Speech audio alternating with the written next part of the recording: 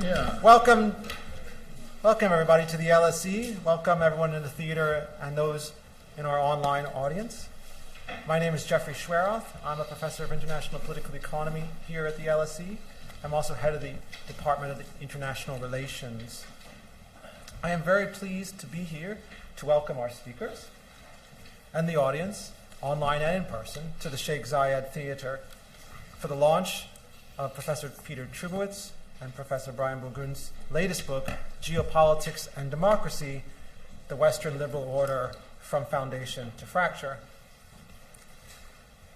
The book offers a novel explanation of why the liberal international order has buckled under the pressures of anti-globalist political forces in recent years. Tonight, we have the pleasure of welcoming a leading panel of experts to discuss the book and the broader implications for democracy and the liberal order going forward. Allow me first to introduce the panel. First, on my left, is Professor Peter Trubowitz, Professor of International Relations and Director of the Phelan U.S. Center at the LSE, and he is also an Associate Fellow at Chatham House. Next to him is Professor Brian Burgoon, who is Professor of International and Comparative Political Economy in the Department of Political Science and Director of the Center for European Studies at the University of Amsterdam. Next to him is Professor Michael Cox, who is Emeritus Professor of International Relations at the LSE, followed by Dr. Leslie Vinja-Murray, who is the Director of the U.S. and Americas Program and Dean of the Queen Elizabeth II Academy for Leadership in International Affairs at Chatham House. And then she is followed by Professor Sarah Hobart, who is the Sutherland Chair in European Institutions and Professor in the Department of Government at LSE. Tonight, as usual, there will be a chance for you in the audience, in person and online, to put your questions to the panel. For Twitter users this evening, the hashtag for tonight's events is hashtag LSE Anti-globalism. This event is being recorded.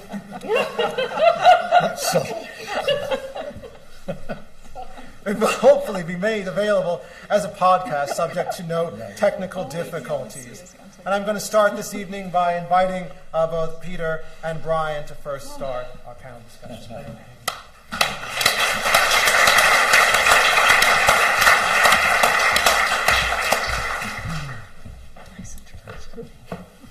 So, Jeff, thank you very much for that introduction. It's great to be here this evening with all of you. And to have an opportunity to talk about our book. I want to thank the IR department for organizing this event. And I must say, it's great to be doing this with Brian in person. This is a COVID book. And we spent a lot of time talking and analyzing data over Zoom, so it's really nice to actually be doing this in person.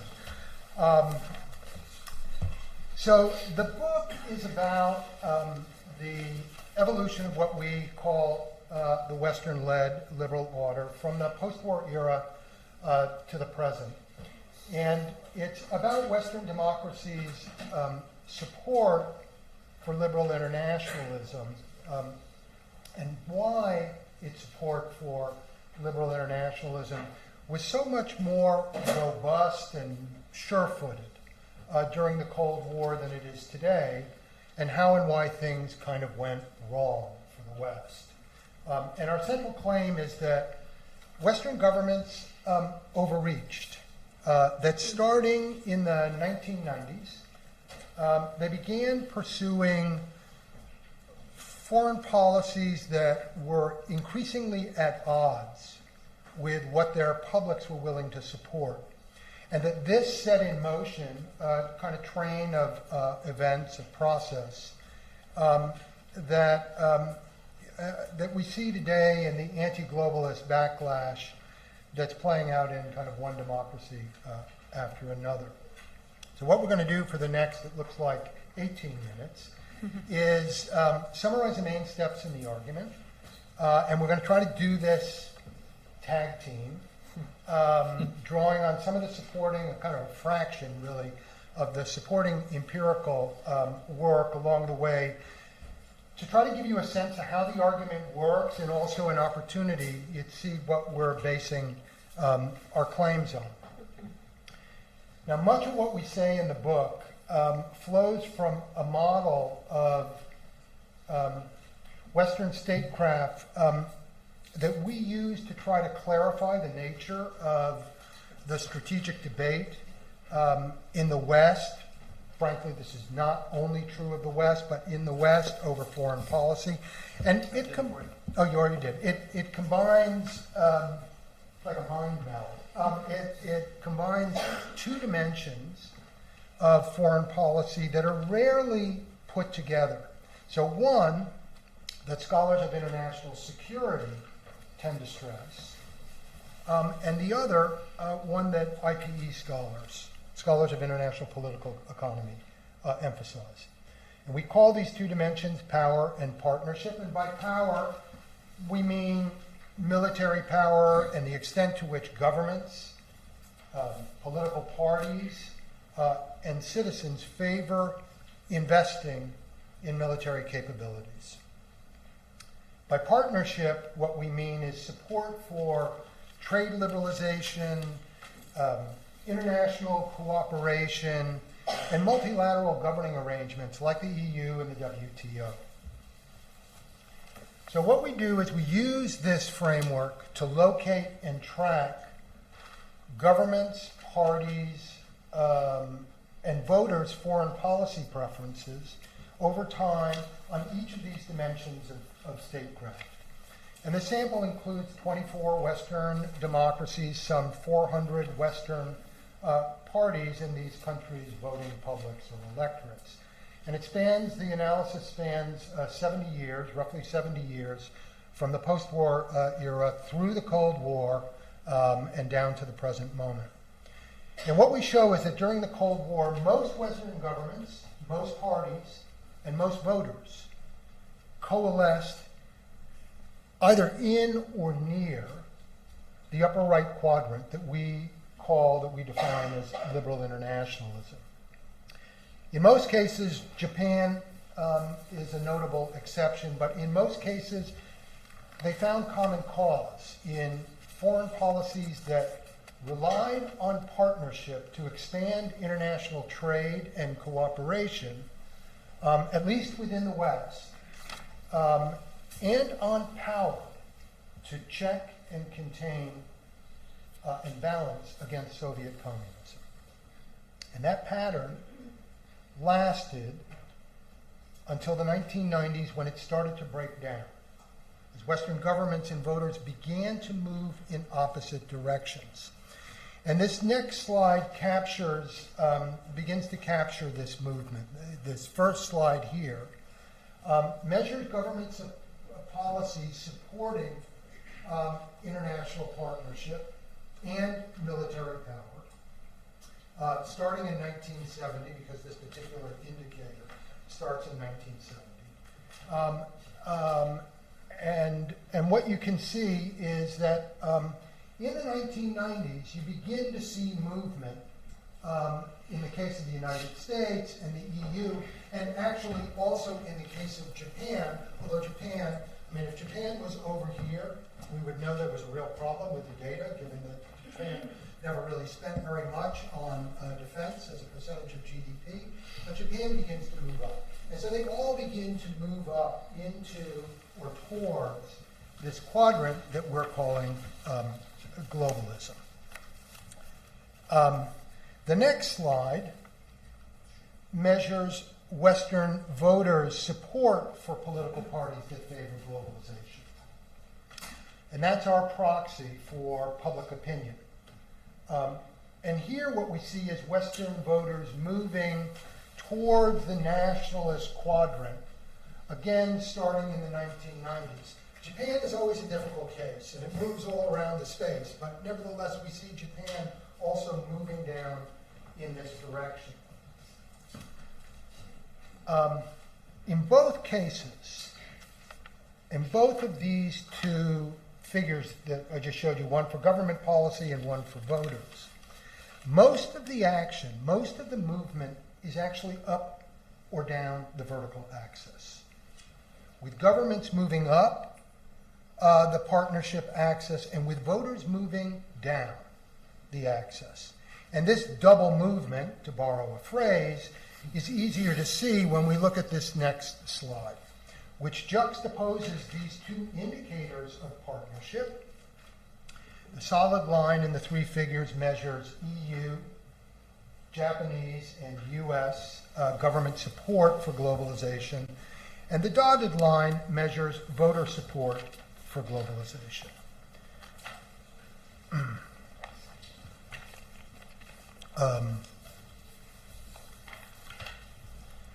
And what you see is that governments and their publics were largely in sync over foreign policies favoring greater economic integration and international cooperation during the Cold War. Indeed, if anything, during this period, Western public support runs ahead of their governments, what their governments were trying to do on this dimension. As a political theorist, Robert Dahl put it in 1964, Western democracies had a surplus of consensus, and this is reflected in this graph. Now, despite occasional challenges, there was a big one in the 1970s, this consensus nevertheless held until the 1990s, when things, as you can see, begin to unravel. While Western government support continues to climb in the 1990s, it levels off in the 2000s, but public support falls off very sharply and continues to decline. And on average, across all the Western democracies between 1992 and 2017, it falls by nearly one-half. And this drop-off is very clear in the EU and the US case. Japan, it comes later, as you can see, but nevertheless, by the 2000s, you start to see this divergence or this gap. It holds here too. In each case, the story is pretty much the same. Western governments got themselves too far over their skis. Or to put it in IR speed, they became strategically overextended. Now, it's not a classic case of overextension, where a country's heavy reliance on military power outstrips its economic capabilities. This is really a story more about how Western leaders' reliance on trade liberalization and multilateral governance came to exceed what their publics, I forgot I wasn't wired. I teach wired, and so I just assumed I was wired. At any rate, that it came to exceed what voting publics were willing to support. So the question is, how did this happen? And why did it occur when it did? And the short answer to this is that the Cold War ended. Brian's going to give you the longer answer in about 5 to 7 minutes. I'll try not to wander, even though that is my way as well. Thanks. So the longish answer to why you see this disjuncture between the kinds of parties and the party orientations that voters are supporting versus what governments are providing, and for that matter, what mainstream parties are selling when it comes to this combination of partnership and power, this sort of liberal international combination. What we think explains that, or at least explains an important part of that, is in a sense a combination of the domestic political economy world and the international security world. And in particular for us, we want to look at the combination of social protection, socioeconomic, in a sense, embedding of the economy in the global economy in society using public policy interventions that can make a difference to address the risks of openness, the insecurities that are associated with openness, and for that matter, the risks and insecurities associated with significant investments in military preparedness.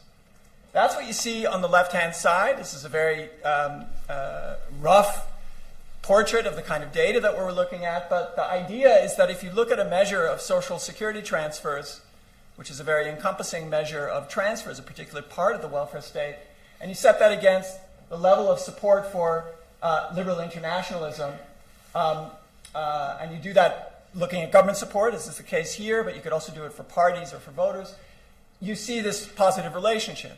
And that positive relationship is an echo of a very well understood, very well trodden sort of terrain in international political economy that says that, well, if there is economic openness, and we know that that brings risks, it makes sense for societies to try to invest in social protection to indemnify citizens from that risk. And that's, in a sense, a recipe for making domestic stability and economic openness, political openness, consistent.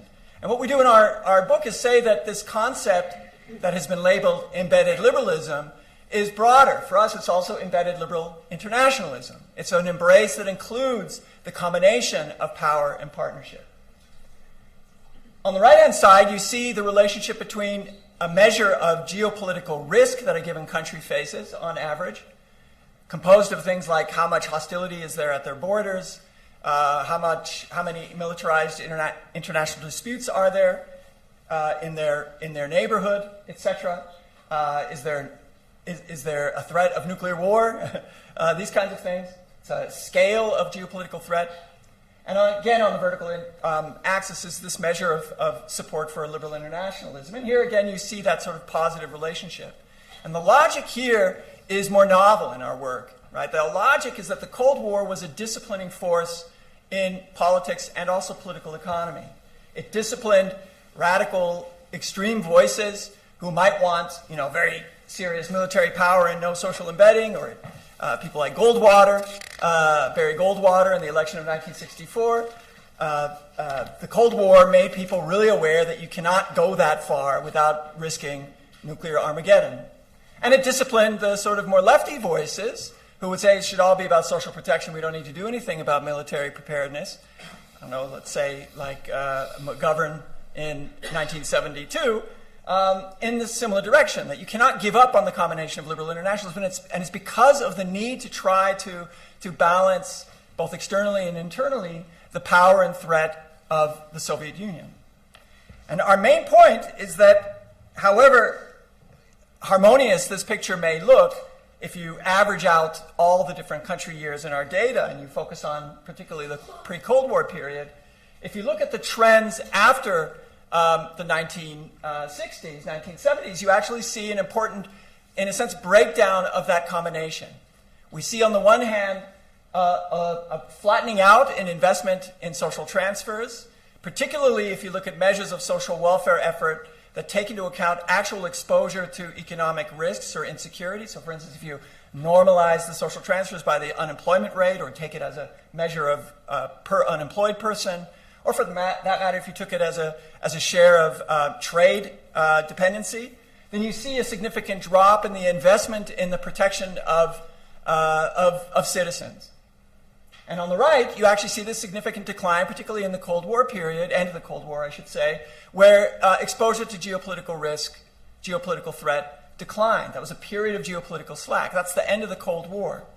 And what that meant for us is that you have a lot more room for political parties, and for that matter, voters, to rethink what the setting is within which they're making their choices about grand strategy, voting for particular parties and the positions parties take with respect to grand strategy. And what you see in the graph here is what actually the position taking was of these different party families that are central to our story. You see the radical right in orange moving quite precipitously towards an embrace of, in a sense, anti-globalization nationalism. You see the radical left certainly much less pro-globalization than are the mainstream parties, but they do soften that position.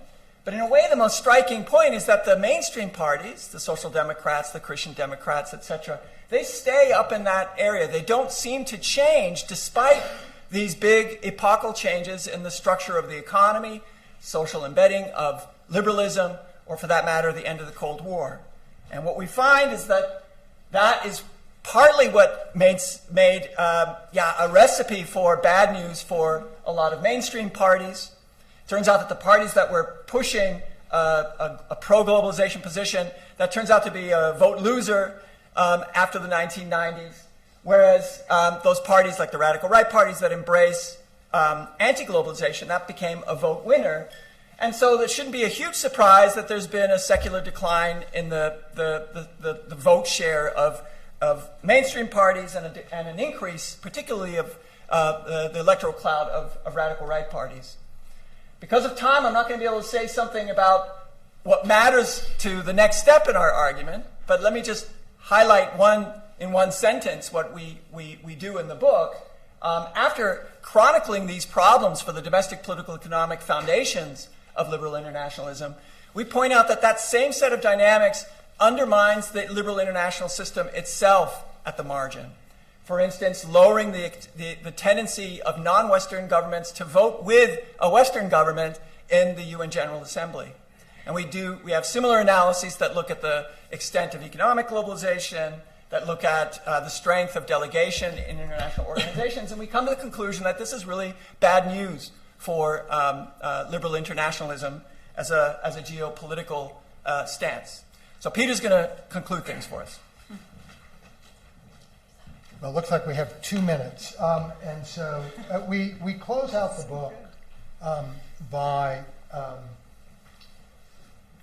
considering the ideas that are being put forth, or the ideas that are likely to shape the coming debate over Western strategy, how the West might bring its international ends or ambitions and its domestic political means into balance, how it might close that gap that we showed you.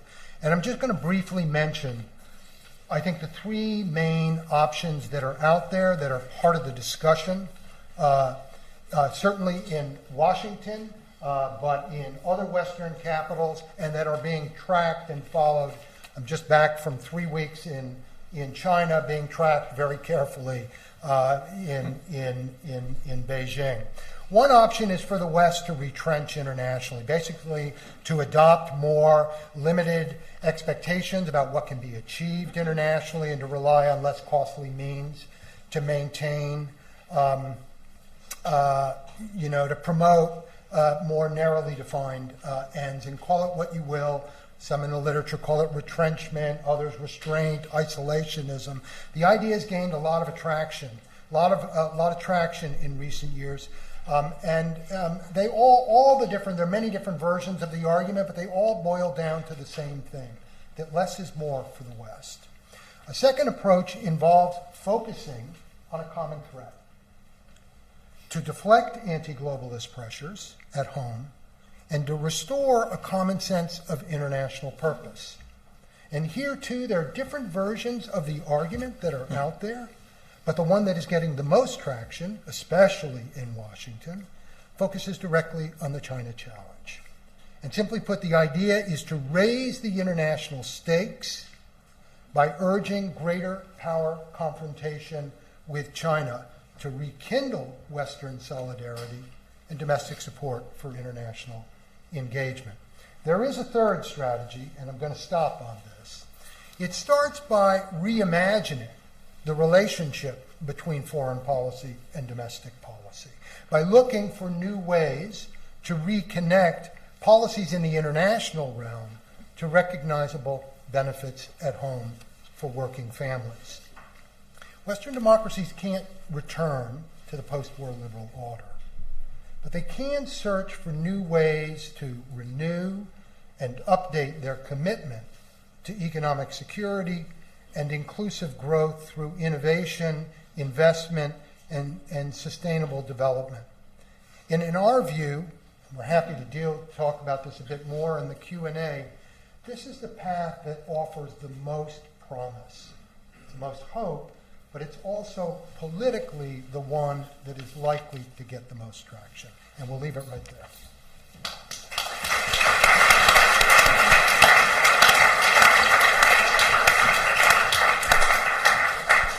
Great, thank you, Peter and Brian. I'm going to turn it over now to Professor Mick Cox.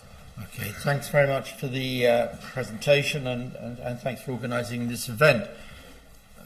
When I was sitting here listening, I thought, bring back the Cold War. God, we're missing you. I was beginning to sound like John Mearsheimer too. Here we go. It's a great book. I mean, one of the things that you do in the book, and I'll be complimentary now because you know I'm going to hit you below the belt in a moment, is what you do very, very well, I think, is bring together political science and IR. And I know, in the States that is not a separation, but in this country I think it is. And I think what you do very, very well is bring together those two areas. And I think that's so important, It's not because IR has gone completely anti-empirical, but it has. But it is also the fact that you do need the facts. You need the stats, and I think that lends to your book an enormous amount of strength and depth, which I think is very, very, very commendable. The other thing is, of course, I mean, you would be the first to admit, and I'm going to point out, you're not the first authors to point out that there's trouble in the liberal international order. I mean, I'm long enough in the tooth to remember. In fact, I think the very first book, if I can remember, and you may mention this in your bibliography, I didn't notice, was I thought a book which influenced me enormously by Danny Roderick. I don't know if you guys remember that one, but back in 1997, 1998, Danny was arguing then, and has consistently argued since, about has globalization gone too far. And he put forward, I'm not saying it's an identical thesis or anything like that, but he put forward a thesis which was, like yours, kind of wonderful in its simplicity, because simplicity is a way to get to complexity in a way. And I think that's a great way of putting it. What Danny Roderick said there, if you remember, the globalization, in particularly neoliberal form it was then taking, was leading to social fragmentation and social disintegration. I'd also mention another book which influenced me, and I hope Tony Giddens is listening. I thought Tony's book, written in 1999 on Runaway World, was a magnificent attempt at synthesis as well, and needs to be remembered. Because what Tony did in that book, I thought particularly well, was to show the runaway world is runaway, it is fragmenting, and we don't have very much control over it. And I thought, again, and I got echoes of both Roderick and Tony in your book. I think, however, you take it a bit further, and in a way, I love the term "a bridge too far." It could have been the subtitle for the book, by the way. It's a good film too, but that's another question. I think you do three things, which takes it further. I mean, I think what you do is you bring back agency. And that's a very Tony Giddens thing to say, of course, but you do bring back agency, which I think is very important. Because so much of the debate about globalization is consequences, it's like a machine theory. It just goes on and on and on. Nobody's got any control over it. Nobody's got any choices at any point in time. It just goes on and on and on, like the machine. And what you do is bring back agency into it and talk about bad choices and missteps along the way. And I think that is very, very important, because it, in a sense, gives a hope for the future. I mean, I can be very, very pessimistic at the best of times, but your book at least says, look, there may be a way out of this with different choices and not taking missteps. Do no harm, do less harm than has been done in the past. And I think that is very important, because we need hope. We do need hope. Come on, that's part of what we should be doing, not just analysing, but thinking forward. I liked it too, of course, I'm bound to say this as an old Cold War historian, so to speak. I like the way you linked it to the end of the Cold War. I mean, come on, bring it back in again. Again, too much of the debate about globalization, I feel, not all of it, but some of it, was really kind of abstracted from geopolitics in many, many ways. And Peter, you know me, and we've talked about this before. And also the whole issue of liberal triumphalism, which followed that. I mean, I don't want to quote poor old Francis Fukuyama again. He's been quoted too many times over the last 30 years for writing a rather peculiar article on the end of history. But the liberal triumphalism was part of that, and there's no point. Now, Clinton may have also been part of that. And, so that, I think, is again very, very important to bring back, but certainly bringing back in the end of the Cold War. The third point I'm making, I'll make one or two points to that and then conclude. 20 years later, since Tony wrote his book on Runaway World, or 25 years later, or whatever, when Danny Roderick wrote his book on Has Globalization Gone Too Far? I mean, how much worse has it got, though? I mean, reading through your book, I kind of thought, this is kind of nice. But to me, and again, maybe a function of age, or whatever, function of living standards going down, I kind of felt that it's a lot worse. It may be even worse than I think you're saying in the book. That's my kind of take on it, a little bit. Yeah, no, I'm sorry, Sarah. You're not. I mean, we've gone through what? We've gone through 2008, which wasn't great. He said. We've gone through 2016. There may be some people in the audience who supported Brexit. Well done. But 2000, now I know some good friends of mine, and I won't name them. But you went through 2016, where in 1 year you got Brexit and Trump, which of course you do deal with, and then that large populist wave which followed. In fact, I'd probably say why I think it's a lot worse is that geopolitics has come back, but it's come back in ways that none of us, well, some of us might, but I think most of us did not fully anticipate. I mean, I don't just mean the long-term impact of COVID. I mean, I might have said more in your book about, you say it's a COVID book, but I think the consequence of that on geopolitics and on the world and supply chains and on globalization, on the liberal order, is actually pretty profound and pretty downbeat, and I think still going on, whatever we say. You mentioned the China-US conflict. I would actually say it's even worse than you're implying. I don't think it's a question of bringing back China to unite us. It is that China and the US are now at loggerheads with each other, with no possibility whatsoever of any deal between them. And I think it's as simple as that. That's my take on that. I do really take that view. And that, again, I think adds to a real crisis of the international order and the liberal international order, which you mentioned. And then the third thing that the CIA at least got right this time, you've got nearly everything else wrong, was the war in Ukraine. And also the very close relationship that now exists, and I was talking about this afternoon at the House of Commons, the very close relationship that now exists between China and Russia. Now, however you want to characterize or caricature that relationship, axis of convenience or whatever you want to call it, it is a very tight relationship.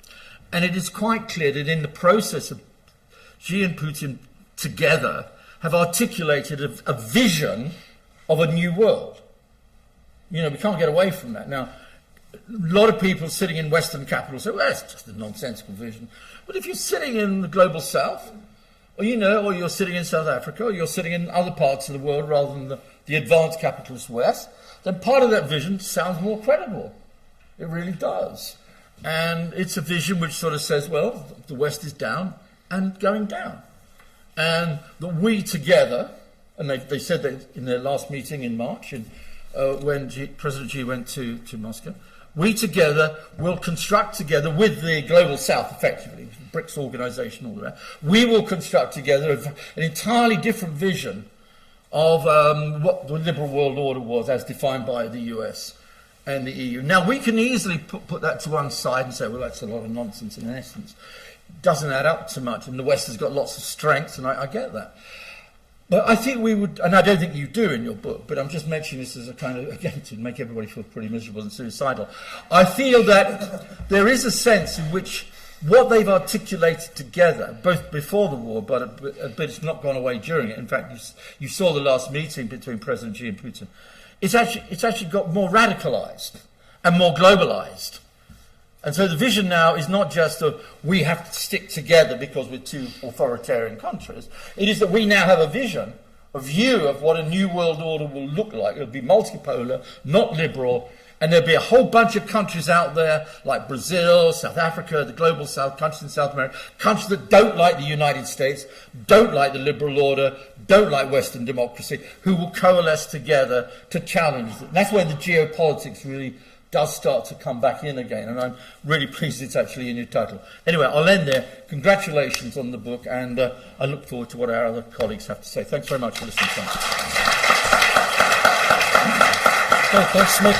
I'm going to pass it over now to Professor Sarah Hobart. So now that we've heard that things are a lot worse,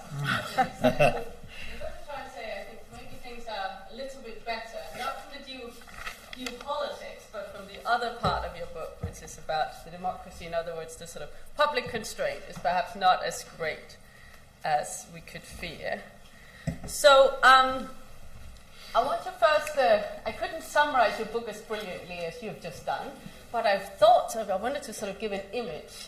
And one of the things that you talked about, and is in the book, is this idea of overreach of the West. So the West has gone too far in establishing this liberal international order, and there's a public backlash. That's at the core of it. And it made me think of this poster, which is one of my one of my many favorite posters. I study referendums, so I love posters. And it's exactly because this big, scary man, he is the liberal international order, in this case the EU. And was put forward in 1992 in the campaign against the Maastricht Treaty, which was much more than just the Maastricht Treaty. It really was this sort of the fact that, Danish citizens were taken in by the capitalists, by the militarists, by all these things that encompasses. And I thought, and this is a very famous Danish children's author and illustrator who did this poster for this movement against the EU. So this is No to the EU. And that's very much what you see in your book. This is at the cusp of when there was this shift. So I thought this was a neat illustration in my mind when I was reading your book.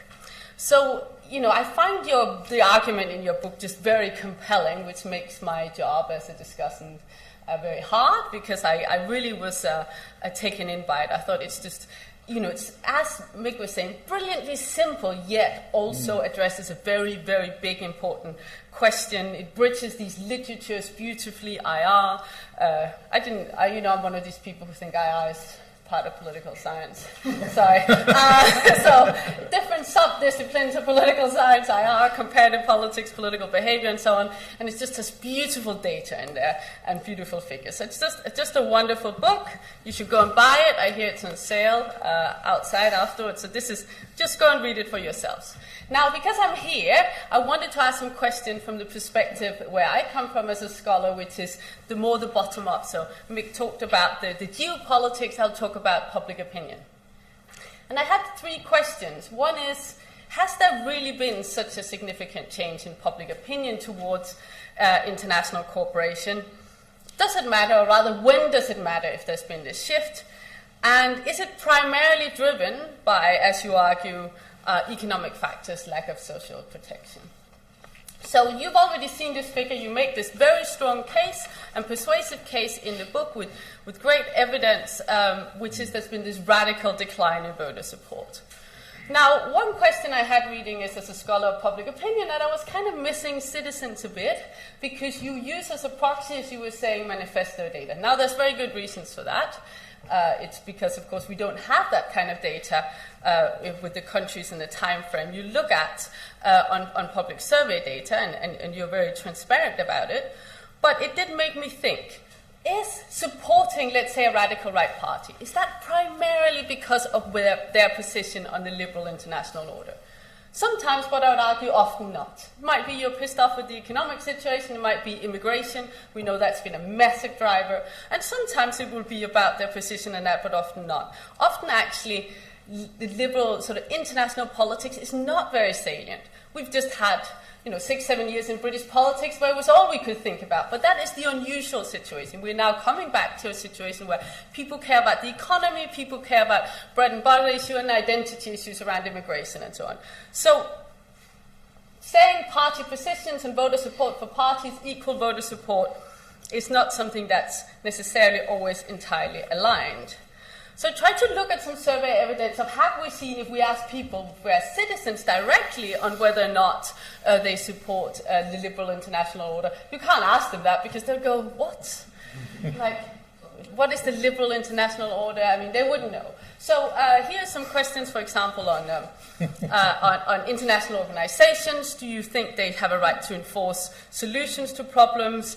Do you think countries should follow international organization decisions despite disagreement? Does IO take too much power from national government? And what we see is, in line with your argument, is there has been a decline in the degree to which people accept that, but still very high levels of support, for example, that IO should enforce decisions, and also that so it's sort of a decline in the period that you're also looking at with the decline, but not as kind of as a radical slump as when we look at parties. The case, the IO that I like to study, being the EU, we like to say, there's been this increase in Euroscepticism, and partly that is because, exactly as you are arguing, there's been a politicization of Euroscepticism. But when you just look at whether or not, let's leave Britain out of this, but in the EU, remaining member states, whether or not there has been a decline in support for the EU, it's sort of bumped up and down. There was a lot of enthusiasm in the late 80s, but now it's back to very much where we were in the 70s. And So this is a little funny story. Actually, the Commission stopped asking this in 2013 because it was so low because of the financial crisis. And we were like, don't stop, it will come up again. And it has come up, and especially after Brexit, because we've asked it in other surveys. So it's gone back up where it was. So really then, it's about parties, yeah? And these are, of course, incredibly important because they're the ones that form and constrain governments.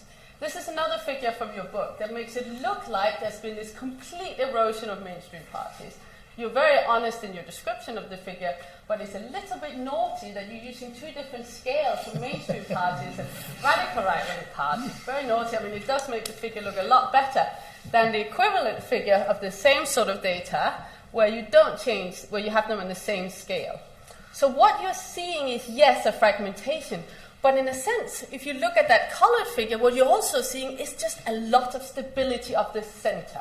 And as you're seeing in your party manifesto data, this center, these mainstream parties, the big party families, Christian Democrat and Conservative, Social Democrat, Liberal, and Greens also, are very pro the liberal international order. What we've seen is an increase in the radical right and the radical left, and they're more skeptical, but they're still, I think in your book, I looked in the appendix, it's an average radical right support of 3.7%.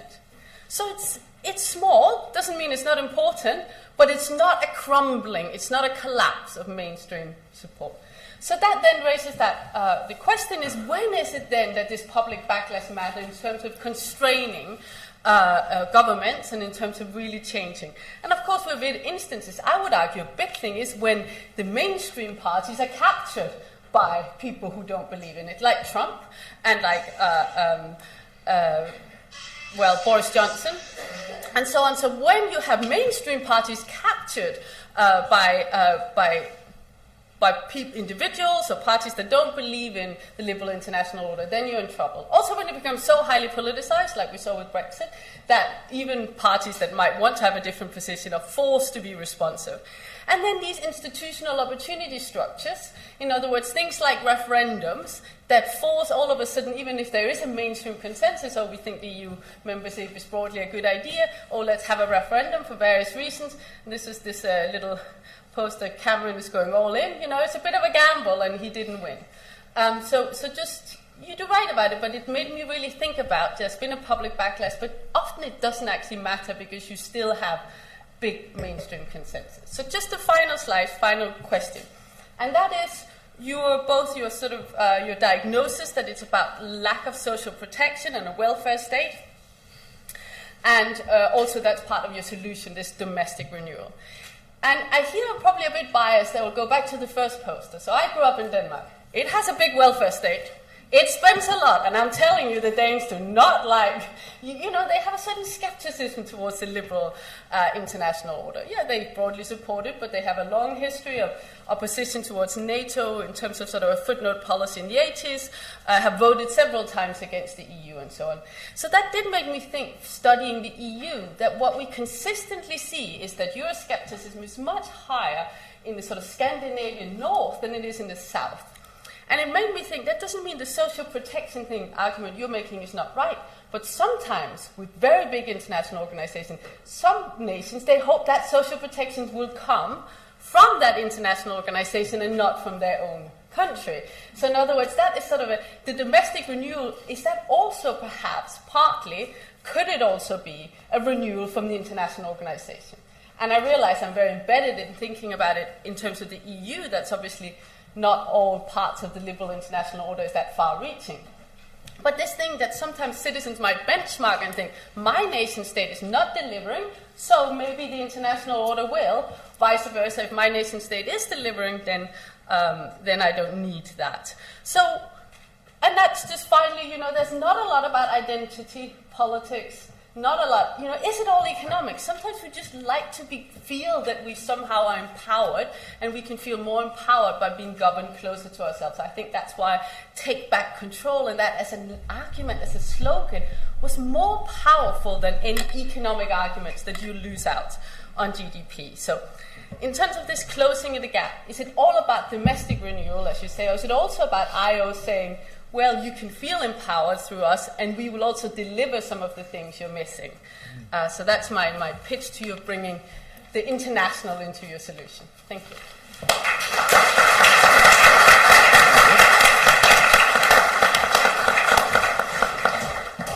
Great, thank you, Sarah. And I'll finally turn to Leslie Benjamin.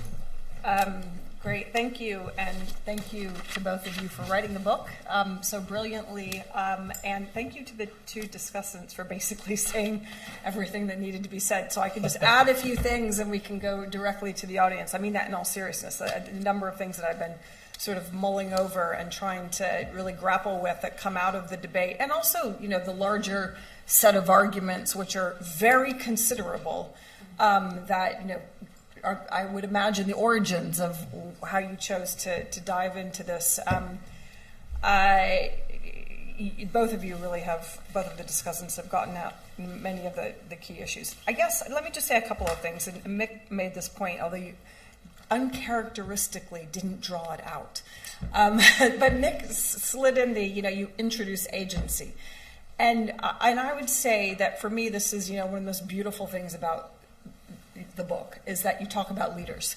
It should be obvious that people matter, and we all know that in many of our theories they kind of drop out because it's slightly harder to do. But I've always had a strong view about those who say, America's on this trajectory and it's because of rising inequality and this and the other, all of which is true. But, I like to say, but Donald Trump actually mattered, right? He took something that, yes, there was something that was there. He took it, he whipped it up, he turned people into enemies. He made race and white nationalism really, really foundational to rhetoric and discourse. He was critical in Charlottesville. He was critical in January 6th. These things didn't just happen because we had rising inequality from around 1993. Things don't just happen. And so I think it's vitally important to focus on leaders and agency and not to be understated because, of course, it raises all sorts of questions. And you got to some of those, which are, why does some of these leaders manage to get elected? It's not just because there's inequality and dissatisfaction with overreach and institutions that ask too much of us and constrain our sovereignty. It's also because in the U.S. case, we have electoral systems that are biased towards a certain demographic that hasn't done well. And that, we had a leader who was smart enough to play that up and to, when the Democrats were going to, Nevada and Arizona, he was going to the places where he won the election. So all of those things that are vitally important. Peter knows this. I'm sure you do too. I just happen to know Peter extremely well. Peter knows this better than anybody, and I really profoundly appreciate the fact that you talked about leaders and political parties. And long may that impact in your work carry on throughout the field. And please, nobody ever say it was, determined and we're on this trajectory. What we do matters, and how we design our institutions fundamentally matters, and it's why we can't only sit in the academy, and the LSE is brilliant about getting people to go beyond the academy and do something about it. Second comment, I guess, is a second thing I really liked was the fact that you take on Kagan early on and you say, Kagan likes to go, the Europeans like this and, the Americans are like this, and you say, actually, the West was broadly similar on a number of things. I like that, and I thought that was a really important point that I just wanted to mention because I think it, the difference is that, and we recognize them now, and I in particular, and many people are focused on whether those divergences are about to come out again, but I like that you kind of show the commonality. One of my questions is about the counterfactual. And I guess it's both of our, it's been said in very sophisticated ways in the last 20 minutes. But, if the West had gotten this right, if they had not overreached, if they'd, given more entitlements, been better on Social Security, gotten, wages a little bit less out of whack, if the bonuses hadn't been so big, if we'd done all that, would things still be okay? I mean, would our people still be supporting the liberal world order? And I guess my instinct is partly, but that and this gets to, Mick's argument about geopolitics, but there was this other thing going on, and, even if and I'm going to talk about America because I know it better than I know Europe, and also because I'm always reluctant. I talk about Europe more when I'm in America. It's very intimidating to talk about Europe around Europeans. There were these other things going on. Like, did America really want to be number two, or did it even want to have a pacing challenger? Did it want to have a peer competitor? So no matter how well Americans in Michigan are doing in the rural parts of the state, they still want to go, we're number one, we're number one. And so the thing that in some ways we got wrong was our theory of change. And this does link into your argument very fundamentally, right? Our theory of change was the responsible stakeholder thesis. It was the institutional overreach.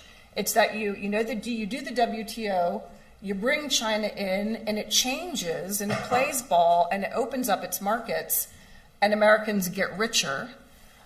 So in some ways, we got the whole theory of change wrong.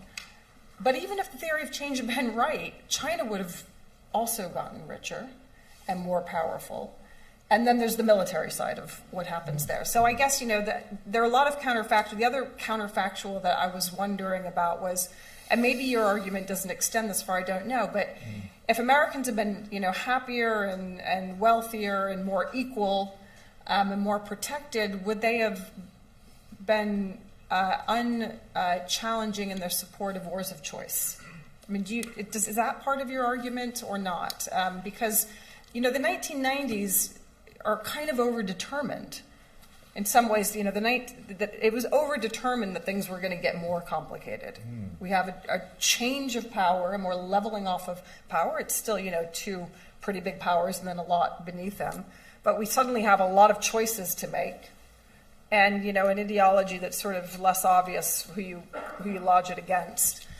And so when I kind of think through the counterfactual, Americans, maybe they were going to be dissatisfied about all sorts of things in any case, and that was going to make it more complicated. Third point, and you really made it very well, and I think we've talked a little bit about this in various forums, but why do you not take on very much at the front the race argument, the argument about not just immigration, about identity, about being white or not being white? Where does that fit? And is that, again, the counterfactual, if people, and I, my answer to this is no. If people were in the current period, and I know, you maybe have to go back and the answer would have been different, but in the current period, if you turn around to the average working class white person in Omaha, Nebraska, which is where I grew up, and you say, look, I'm going to increase your Social Security, I'm going to increase your pension, I'm going to give you better health care and all these sorts of things, but the state legislature is going to be 50-50. Latino, Mexican-American, Hispanics, blacks. I still don't think that's going to work. I still think there's something much bigger going on. So where does the race and identity politics sit in your argument? Is it derivative or superfluous? Is it just, something that Trump used, or is there something more fundamental going on? And I don't just think it's immigration and the southern border, and I think it's got to be at the front of our argument if we're going to talk about the future of the liberal order. Lots more to say. It's a tremendous book, and it's really important, and I'm impressed that you wrote it during COVID. Thank you.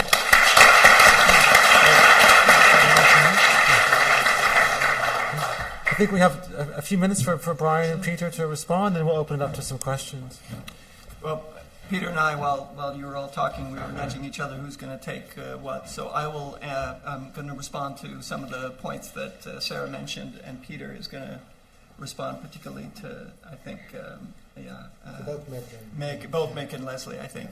The truth is that, let me speak for both of us about the broader point, really extraordinary comments from everybody. And boy, could we have used that while we were working on the book. So I'm so grateful, but also, I have it's a bittersweet feeling that you can't, particularly in COVID times, it's hard to get this kind of interaction. So it's very helpful, the comments that you made, and we appreciate the praise as well. But really wonderful comments. So Sarah, you mentioned a bunch of things that are some of the things that are quite fundamental, and I'm just going to mention a couple of them. One of them is about the idea that if you want to look at mainstream decline and mainstream party change, it's true that if you put two axes, as you say, we were naughty. We made very clear that we were doing that to try and emphasize the year-on-year change, right? We said we were being naughty, so for what it's worth. And the more important thing is to recognize that those changes were coming together with really important changes in the party position taking of the party. So it's not just the votes and the strength of a party, it's the fact that indeed a lot of the mainstream conservative parties, like the Republican Party, really took a deep dive when it came to these kinds of issues. So in the end, it's the positioning of the parties that constitutes the decline of the vital center for us, not just the electoral share of the parties. And the point you make about how important could the social economic stuff be to what voters do, this gets at a really fundamental issue that Leslie is also touching on, about which we can say two things. One is that the way we dealt with this is to try to make an argument about, at the margin, the role of these socioeconomic factors, knowing that we were going to be abstracting from this really important set of conditions. So we just sort of control for some of these things in the party platforms. But if you were to ask us what matters more for a given party, a given year, or for that matter, the last 5 years in a place like the UK or the US, is it the social economic stuff or is it the culture stuff? The truth is we don't really know. It's more that we want to emphasize this socioeconomic compact as part of our story. And to be honest, we would do well to try to explore that further for exactly the reasons that you both really emphasize. Lots more to say, but really extraordinary comments. Peter. Yeah, well, so let me just echo Brian. There's a terrific set of comments, and we could have used some of this input earlier, but COVID. Blame COVID. I want to let me start with Leslie's comment about race and identity, which is no doubt part of the story in the U.S., but not only the U.S.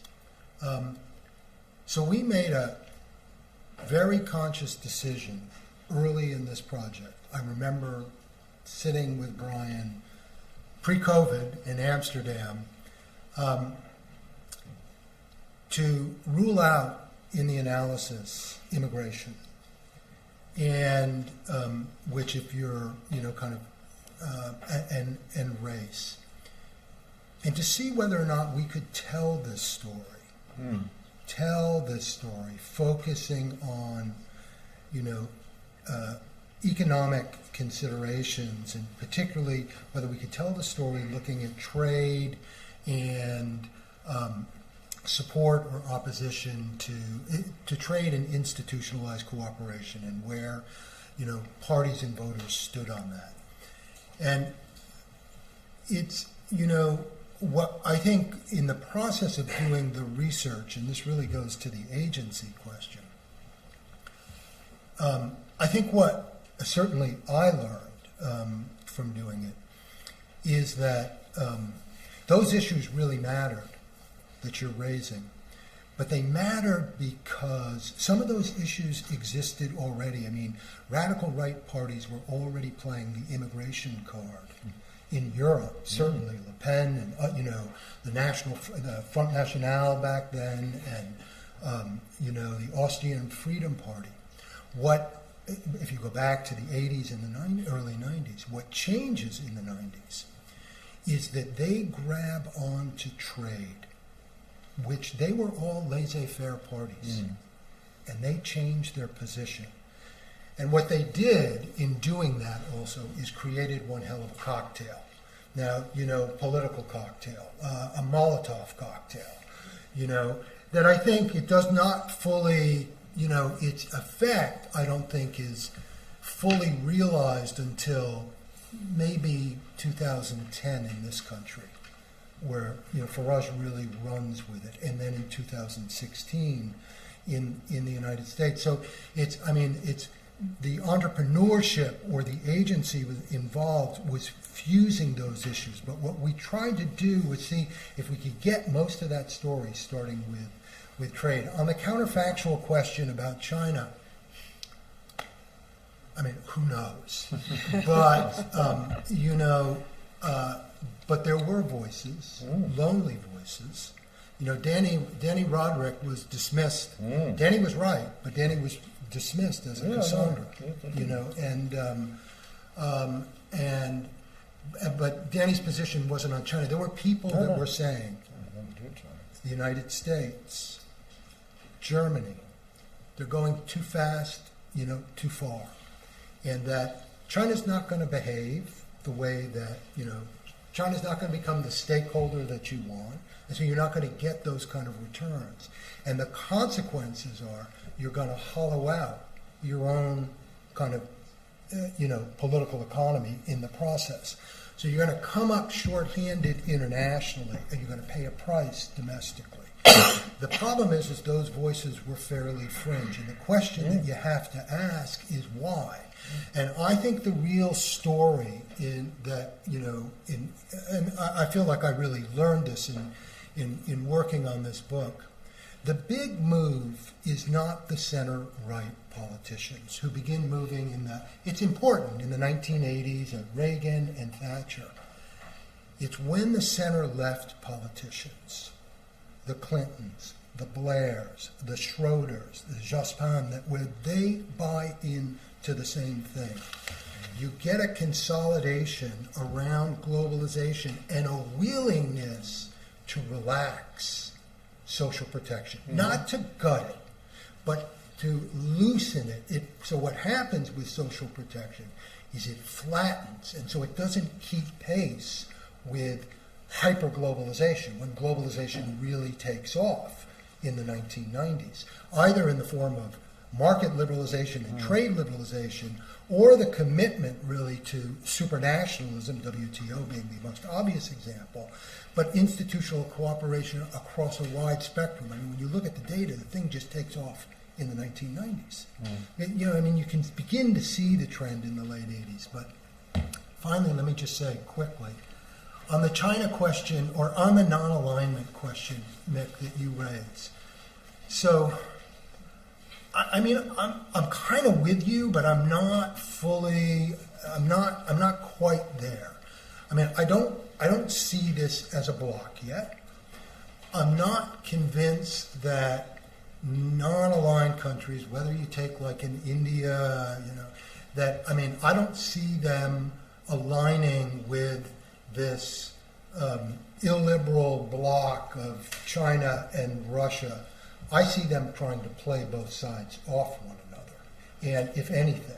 And in India's case, there's huge, and in other countries' cases, huge incentives in balancing against China. Mm-hmm. So I'm not sure that I see it as totally formed. And I also, there's part of me that is not convinced that the China threat is totally baked in the West. I mean, Macron got hammered for his comments on Taiwan, but what they reflected, Macron said stuff that a lot of other Europeans believe, but don't want to say.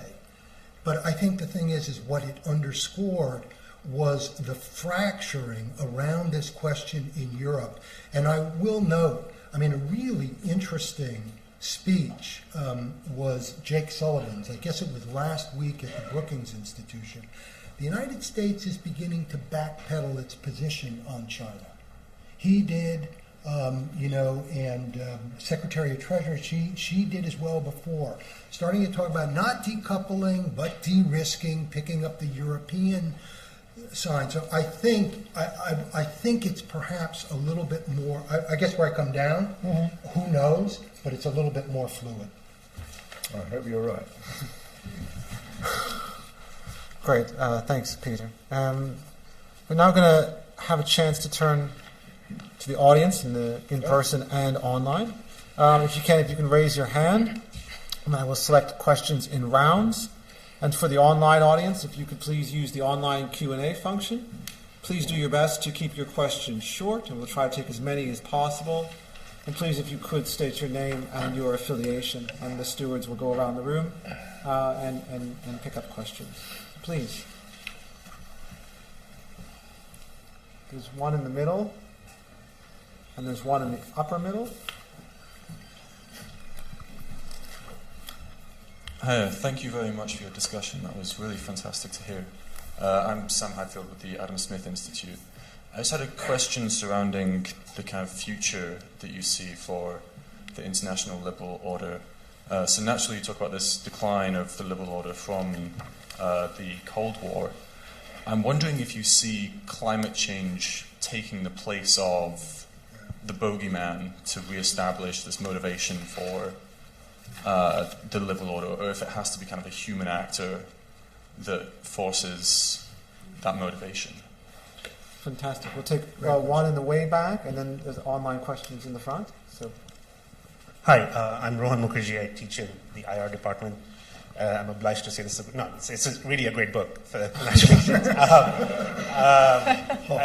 Just a quick shout out to LSE. I think Susan Strange in 1986 wrote Casino Capitalism, which actually outlined a lot of the problems that Danny Roderick later pointed out. Right. Sure. So, interestingly, her solution was for greater American leadership and more regulation to solve those problems. And that's sort of the core of my question, which is, for better or worse, the liberal international order is often conflated or confused with U.S. foreign policy. And to pick up on Leslie's point, like how much of the 90s was overdetermined by not just the vast uptick in multilateral security interventions through the UN, pushed by the U.S., the U.S. refusal to join the Kyoto Protocol, the U.S. refusal to sign the Rome Statute of the ICC, the International Criminal Court. So when countries, even in Europe, look at the United States, it doesn't seem to be following the same tenets of the liberal order that it wants everyone else to follow. And so how much of the lack of support, both in Europe but also in the global south, is a function of the U.S. inability to be liberal, orderly, or rules-based? Thanks. thank you. And then Hi, just to say we have more than 160 people watching online. So this question comes from Jiachen Shi from Tulane University, who writes, in the US case, as inequality is getting worse, economic factors seem to play a less distinct role in impacting the public voting behavior as voters are becoming more aligned with political cues corresponding to their own socioeconomic status. With the escalation of the culture war that is involving more foreign policy issues, such as the controversy over the ban on TikTok, is it possible that cultural factors will become a more important determinant of U.S. foreign policy than economic factors? Thank you. Okay. So maybe we can also try to open this up. Yeah. So I'm happy to take a stab at. I'm going to go with the climate change question first. Easy one. Yeah. The problem is it's the right point, but it's not an easy sale. That's what we're seeing.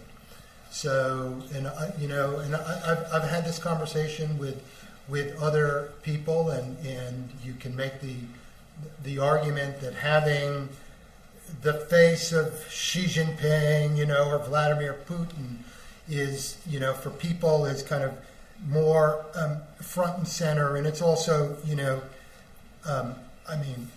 people have a higher, let's say, the question here is how high is the future discount rate?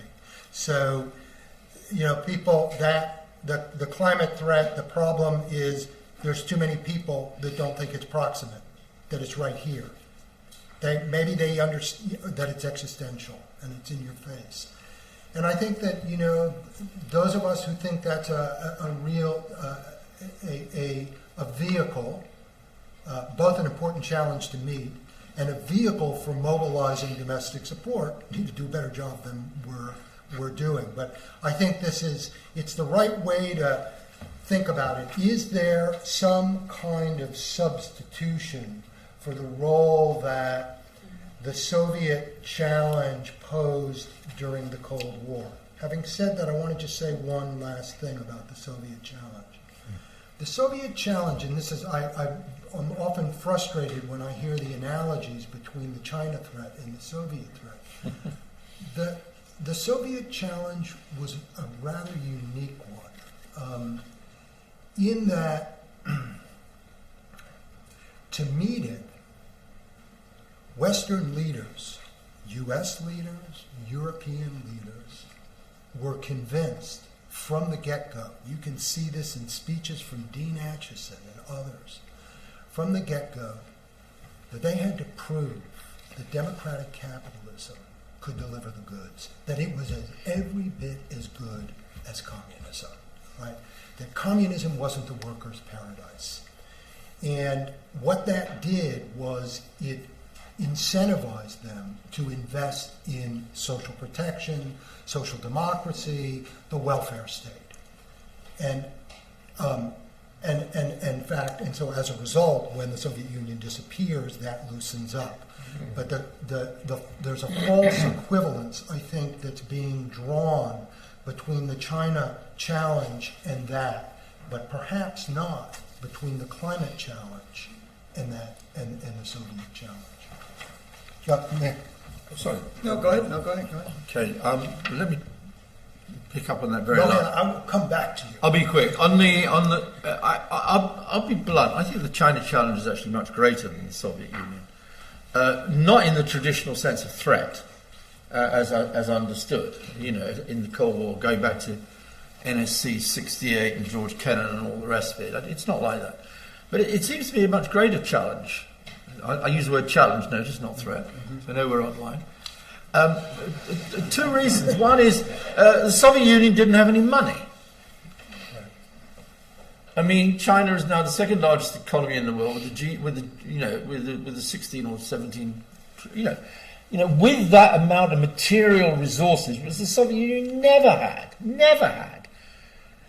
That therefore gives to a rising power a genuine material basis for altering and reshaping the world order in ways that the Soviet Union could challenge it and threaten it, if you like, but not in the way that China can. The other thing is, of course, what makes it doubly problematic is the Western capitalist world is dependent on China. How did we get out of the 2008 crisis? After all, China was the engine of growth when the United States and the EU were going down the Swanee.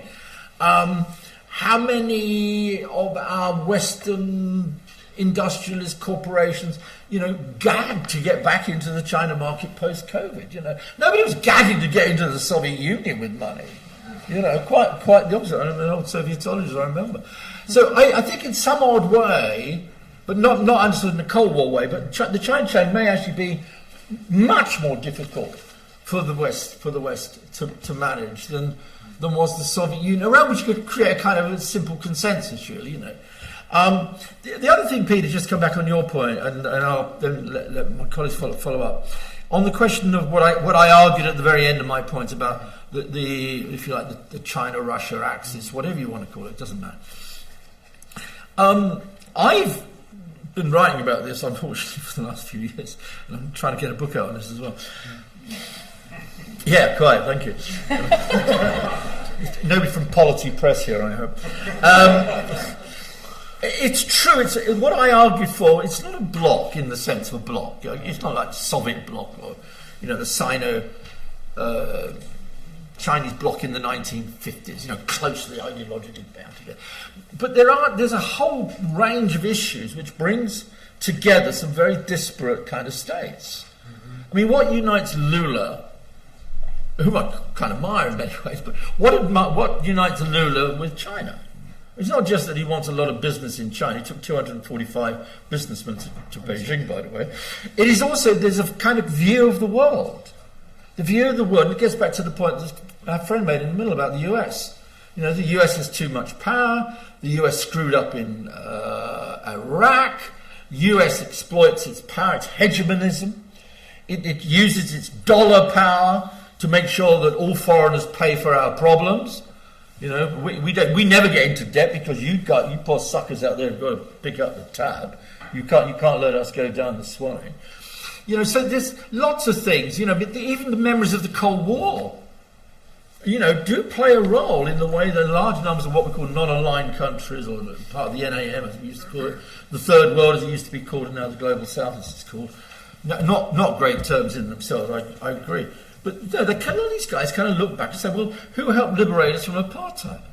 Why is anybody so surprised by what the South African ANC government says?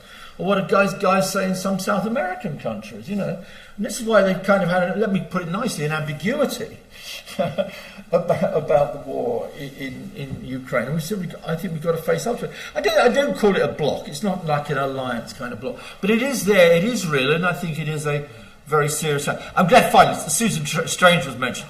Great, LSE, of course. Goes without saying.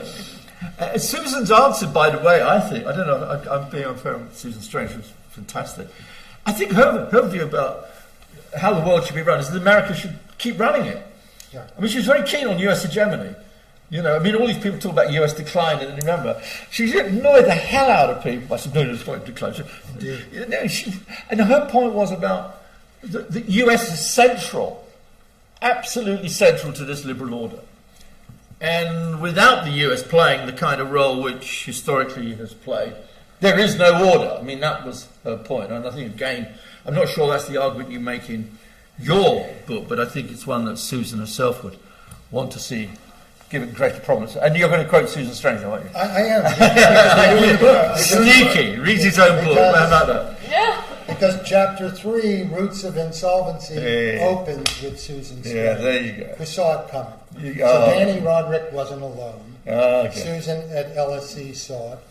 And I mean, there was a great piece by her where she concludes that, that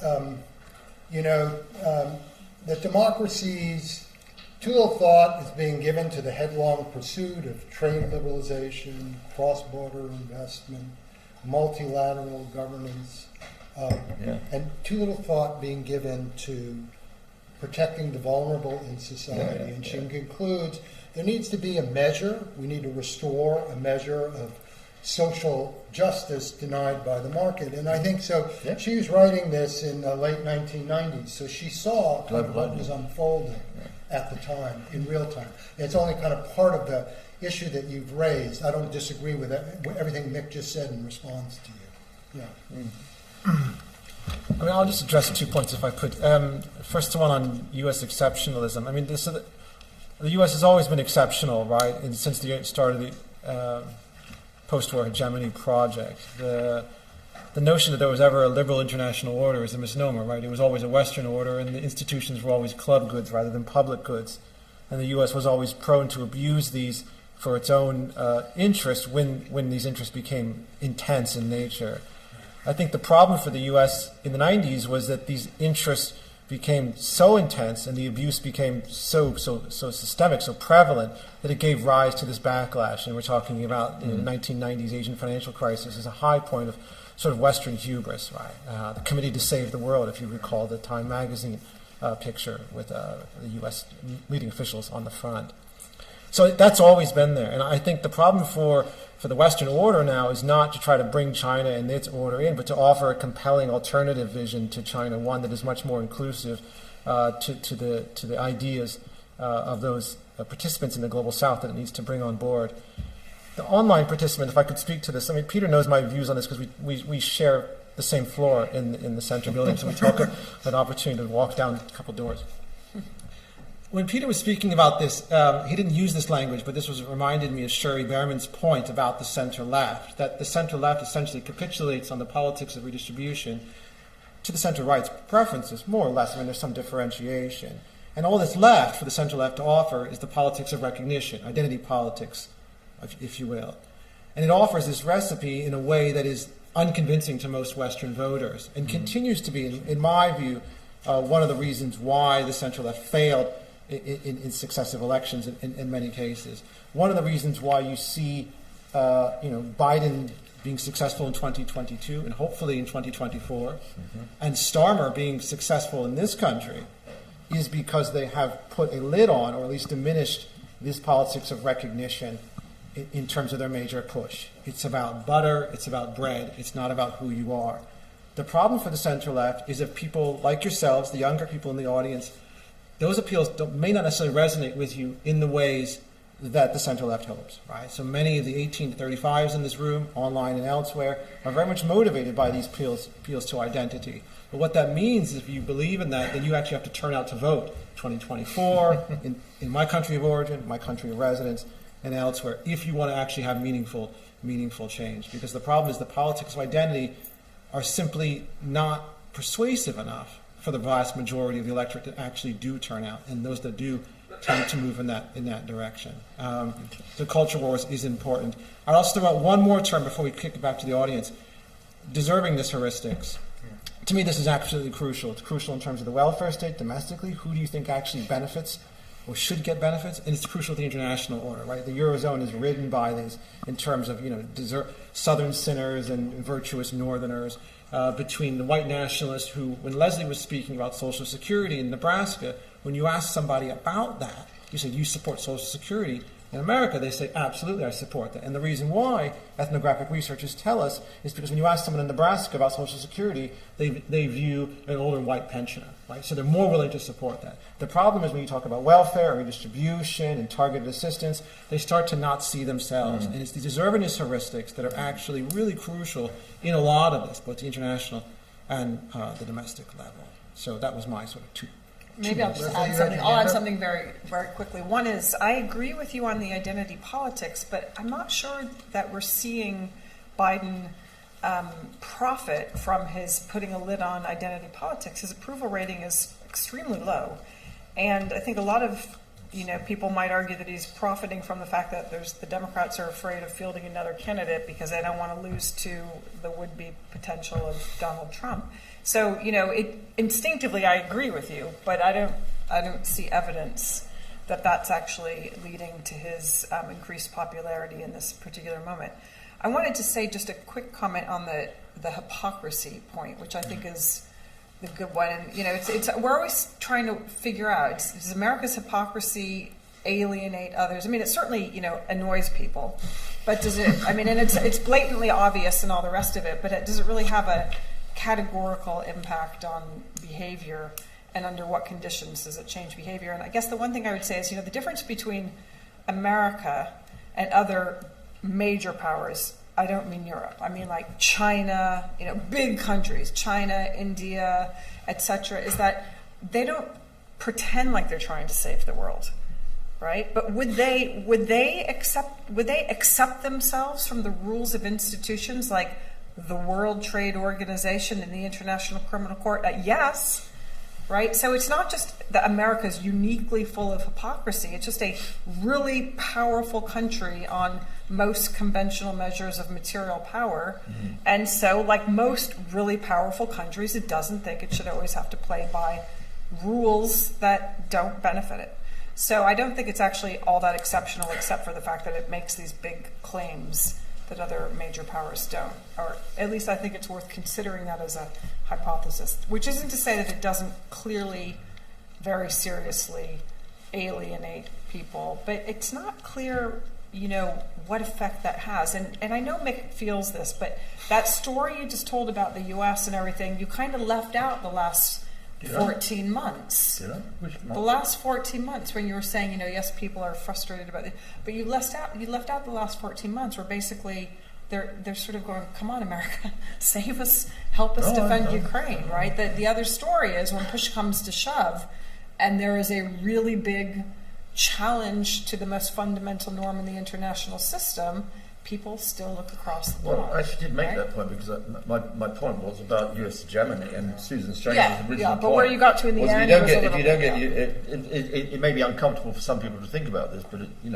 I can't think that Susan she was honest enough and open enough to say that if you don't have US leadership and the US hegemony doing things, then lots of things either don't get done or don't get done very well. And I think the Ukraine war is an absolute perfect illustration of that point you're making. Yeah. Without the US, who knows what would have happened, given where we were after Afghanistan. So I'm totally along with you on that one. Yeah, no disagreement. I think we have time for at least. There's definitely three questions. Where are our stewards? Stewards. Let's have this one on the right, the one on the left, and then one more from the online, if we could. So left, and then right, and then all over, front again. Yeah. It's always the person with the green jumper. Yeah, this person on the right closest to the steward. Yeah. Thank you. I'm a student in the Department of International Relations. I actually have a follow-up question, to the kind of response by Dr. Vijayamuri on the role that the war in Ukraine is perhaps playing, kind of looking forward. I know the book is, I haven't read the book, but I assume based on discussions about it, the book is not directly covering it. Because it seems that, if anything, the war in Ukraine has accelerated this trend, whereas your response kind of would assume that maybe this could have been a turning point. But my question is then would be, could it be that a lot of non-Western countries see the war in Ukraine, especially in comparison to the war in Iraq, and said, so the US and the UK invaded Iraq more or less unprovoked, wreaked complete havoc, nothing happened to them. Russia is invading Ukraine more or less unprovoked, but the entire sanction hammer of the Western world comes onto them. Isn't that, couldn't that be perceived as further proof, if you will, for those countries that there is a double standard and that the rules of the so-called rule-based world order don't apply equally, and therefore then accelerate this trend? Great, thank you. And then on the left. Hello. Yeah.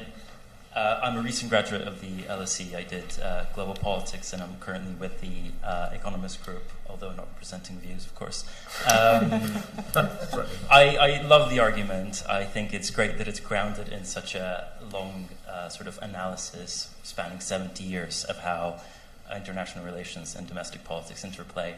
But I'm wondering whether you might be overlooking something in this. Yes, looking at 70 years grounds it very well, but it might also provide the sort of gap that the meaning of globalism has changed in the course of these 70 years. To me, it seems that throughout the Cold War, globalism and what the liberal international order meant is very different from what it means today, and it's probably even changed in the past 15 years itself. So, given that one of your main variables is looking at manifestos, do you take into account the way in which the meaning of the subject itself has changed in the 70 years that you studied? Thanks. Great question. And then the last one from the online audience, please. Thank you. So this question comes from Dorison Lopez from the Federal University of Minas Gerais in Brazil, who asks, what's the path in all this, in this analysis, for democracies from the Global South? Okay, great. What was the last question? What's the path for democracies in the Global South in all of this? Yeah. Okay. Brian will answer that last question. Brian does democracy, Peter does the economics. And I'll have you just, let me just quickly say something about the first two, or Sarah, you want to say something? Go ahead. Just on the first question on Ukraine, certainly the evidence we have from Europe is that it, I think, works along the lines your argument would suggest, that it's an external threat, and that means that support for what we think of as the liberal international order has increased, because all of a sudden there is an external threat, and we know we have to go to, and so both sort of survey evidence but also experiments, if we remind people there's a war in Ukraine, then they support the EU more, they're also more pro-American, exactly, they want to be saved, as you were suggesting. So I think, not that it's a good thing, but from the perspective in the West of public support for the liberal world order, having that conflict with Russia helps. So I would certainly agree with that up to a point. I think because public opinion polls do show that, but it's worth remembering in the last year alone that anti-globalists have had considerable success in Italy. They came awfully close in France. And they had considerable success in Sweden. And so to go to the point, I think one thing that has concerned me about, especially early on, the kind of, there were a lot of people who, said, this is going to change everything, and, the liberal order is back. I think the point, and maybe the takeaway from, I think one of the takeaways from our book is that it's not enough, and I think the proof is already kind of in the pudding. The question over here, which is a very good question, former student, is the answer to your question is yes, but it's difficult. It has to be done. The indicators themselves don't lend themselves easily to the idea that globalization and the meaning of it changed in the 1990s. I mean, you can look at you can look at kind of the rate and the intensity. But I think the point that you're getting at, which we do talk about a lot in the book, is that during the Cold War, globalism, globalization was managed. It was mediated, in a sense, by the welfare state and by social protection. And so our argument is not against globalization. It's what happens, starting really in the 90s, is it becomes unmediated globalization. And so in that sense, I think what you're tapping on is there's a kind of qualitative change in it, right? And that people felt it, in a real way. Yeah. Final remarks from Brian. Yeah. So the very difficult question from online about what the message is, or what the consequences, what the implications would be for the global South generally. But I'm taking this as also a question about democratic form and contestation in the global South. So in some ways, that question, I think, dovetails with a number of the points that have been made in some of the questions about possible hypocrisy, about what it really means for liberal internationalism to gain traction. And I think it's a good place, and maybe this is a good place for us to end, if I might say so myself, to point out that when we're looking at liberal internationalism, we go out of our way in the beginning of the book and at the end of the book to sort of emphasize that we know that when it comes to this sort of sanctimoniousness that Leslie rightly pointed out as being what really plugs people in and provokes the kind of hostility and maybe backlash against people who sing the praises of liberal internationalism, or at least people who want to accuse, and I think rightly so, the U.S. for being somewhat hypocritical on liberal internationalist principles. We are fully aware of that. And a big part of our project is to try to look at measures of the liberal international project that are real, that are about a meaningful embrace of the partnership with power, that we would associate with a better version of liberal internationalism. And our own judgment is that we see indeed that the support for that project, even if you measure it in these quite narrowly gauged ways, you see that there's this declining support for that in a way that we find concerning. And we see that there's somewhat declining support for Western leadership and the international organizations. And by the way, that's not just countries not wanting, non-Western countries, the global South, not wanting to support what the U.S. is pushing and selling in the UN General Assembly and these various international organizations. It's what the Europeans are doing. And they have also plenty of hypocrisy on their hands in a way, or certainly an ugly history. But the real point is that we are fully aware that that's something that requires and complicates these politics. Our emphasis is on the domestic political economic hollowing out of support, but we know that even if that support is refashioned, there's a long road to hoe if you want to actually pursue the real meaning of liberal internationalism. But we think that domestic political economic challenge is just really a crucial, minimum, necessary step in that direction. Great. Thank you, Brian. Thank you, Peter. Thank you all to my panelists for joining us. Thank you all for being in attendance this evening. If you'd like to purchase a copy of Geopolitics and Democracy, you can scan the QR code on the way out. I'm told there's a considerable discount off the book, so that would be great, something to read on the way home in the evening. Thank you much for the speakers. Thank you to the audience, both online and in person, for joining us. Have a good evening. Thanks a lot, everyone.